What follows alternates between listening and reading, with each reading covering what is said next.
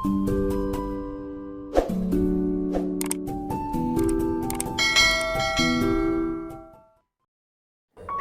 আলাইকুম। Ajmeri blogs channel থেকে আমি আজমেরি আবারও ছোট আরেকটি ভিডিও নিয়ে আপনাদের মাঝে হাজির হয়েছি। সকালের স্নিগ্ধতা আর এই যে সবুজের মুগ্ধতাকে সঙ্গে নিয়ে আজকের এই ভিডিওটি শুরু করছি। তার সাথে অনেক বেশি ভালোবাসা আর নর্মতার মধ্য দিয়ে প্রত্যাশা রাখছি যে আপনারা যে যেখানে রয়েছেন আল্লাহ তাআলার অশেষ রহমতে সবাই ভালো আছেন, সুস্থ আছেন। আলহামদুলিল্লাহ আমরাও বেশ ভালো আছি। আর এই যে এই তারিখের দিনটিকে ঘিরে আজকে তৈরি করা আমার এই ভিডিও। তবে দিনটি শুরু তো অনেক আগেই হয়েছে। দুপুরবেলা রান্নাবান্নার মধ্য দিয়ে ভিডিওটি শুরু করেছি আর সেই পর্যায় থেকে আপনাদের মাঝে আজকের এই ভিডিওটি শেয়ার করছি। তো ডাল রান্না করব, তাই একটু ডাল বের করে নিলাম। এবার এটাকে একটু পানি দিয়ে ভিজিয়ে দিচ্ছি। তার সঙ্গে আরও যে আনুষঙ্গিক কাজগুলো রয়েছে, যেমন কাঁচামরিচ, পেঁয়াজ কাটাকাটি করা, এসবও কিন্তু করে নিচ্ছি।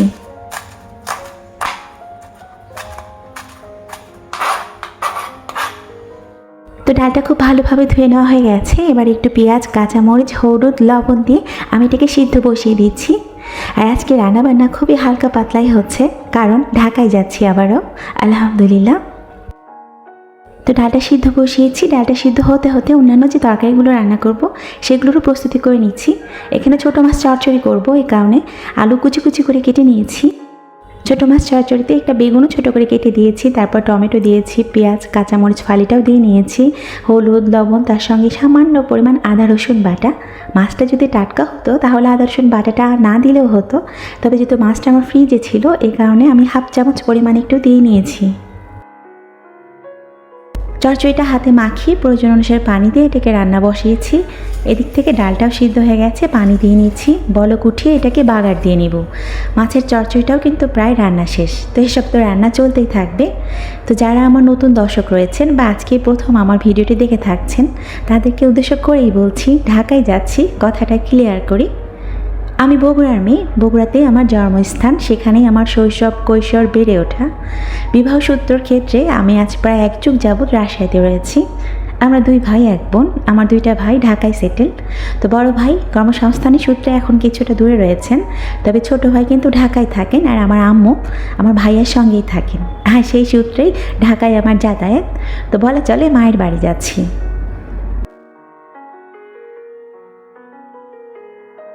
তো আপনারা সবাই দোয়া রাখবেন যেন মায়ের সন্তান মায়ের কোলে কিছুটা সময়ের জন্য হলেও গিয়ে পৌঁছাতে পারি। তার সঙ্গে পরিবারের সবার সঙ্গে একত্রে আনন্দমুখর দিনগুলোকে আপনাদের মাঝে প্রত্যক্ষভাবে না হইলেও পরোক্ষভাবে শেয়ার করতে পারি। তো এখন দুপুরবেলার রান্নাবান্না তো কমপ্লিট করে ফেলেছি, এবার খাওয়া দাওয়ার পালা। তো মেয়েকে খাবারটা দিয়ে দিচ্ছি। এই ফাঁকে আপনাদের মাঝে সেই যেন রিকোয়েস্টই করে নিব। আজকে যদি আপনারা প্রথম আমার ভিডিওটি দেখে থাকেন আর ভিডিওর কোনো অংশ বা কোনো কাজ যদি আপনাদের কাছে একটু হইলেও ভালো লেগে যায়, আর সেই ভালো লাগা থেকে আপনারা চাইলে আমার এই ছোট চ্যানেলটিকে সাবস্ক্রাইব করে রাখতে পারেন। চ্যানেলটি সাবস্ক্রাইব করে নেবার পর যদি আপনাদের মনে হয় যে আমার কাজগুলো ইমপ্রুভ করে আমি হয়তো বা সামনের দিকে আরও এগিয়ে যেতে পারবো, আর সেই বিশ্বাসটি আমার ওপর স্থাপন করতে গিয়ে আপনারা চাইলে একটা লাইক দিয়ে আমার কাজের উৎসাহ আরও দ্বিগুণভাবে বাড়িয়ে দিতে পারেন।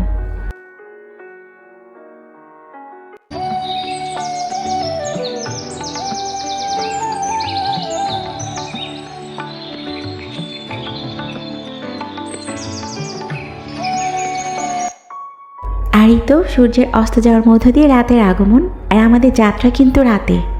প্রায় 11:30টার দিকে আমরা রওনা দেব ইনশাআল্লাহ। গোছগাছ প্রায় করেই নিয়েছি, কিছু কিছু এখনও বাদ রয়েছে। কসমেটিকগুলোকে উঠিয়ে নিচ্ছি। লিকুইড কসমেটিকের ক্ষেত্রে আমরা যদি মাথায় একটু কষ্টে পেঁচে নিই তাহলে লং জার্নি করার ক্ষেত্রেও কিন্তু এগুলো লিক হওয়ার কোনো আর সুযোগ থাকে না।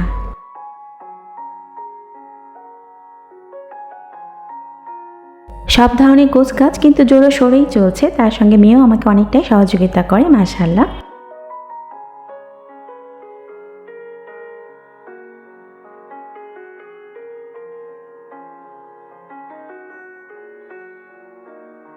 এদিক থেকে কিন্তু আমাদের গোছগাছ প্রায় শেষ, আর এখন শুধু বের হওয়ার পালা। তো দোয়া রাখবেন আমাদের জন্য, আমরা যেন খুব ভালোভাবে পৌঁছাতে পারি, তারপরও সশরীরে আবারও নিজের সংসারে ফিরতে পারি।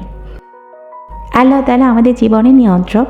এই জীবনের নিশ্চয়তা তো নিজের কাছেও নেই, তারপরও দোয়া রাখি আল্লাহ তাআলা যেন আমাদের এই জার্নিটা ঝামেলা মুক্ত করেন। জার্নি করার ক্ষেত্রে সাধারণত খাবারগুলো আমি বাসায় তৈরি করারই চেষ্টা করি, তবে আজকে আর সময় হয়নি, তাই বাইরে থেকে আনতে হয়েছে। আজকের মতো ভিডিওটিকে এখানেই শেষ করছি। ফিরবো আগামীতে নতুন আরও কোনো ভিডিও নিয়ে। সেই পর্যন্ত আপনারা প্রত্যেকে ভালো থাকবেন, আপনাদের পারিপার্শ্বিক প্রত্যেককে ভালো রাখার চেষ্টা করবেন। আল্লাহ হাফেজ, আসসালামু আলাইকুম।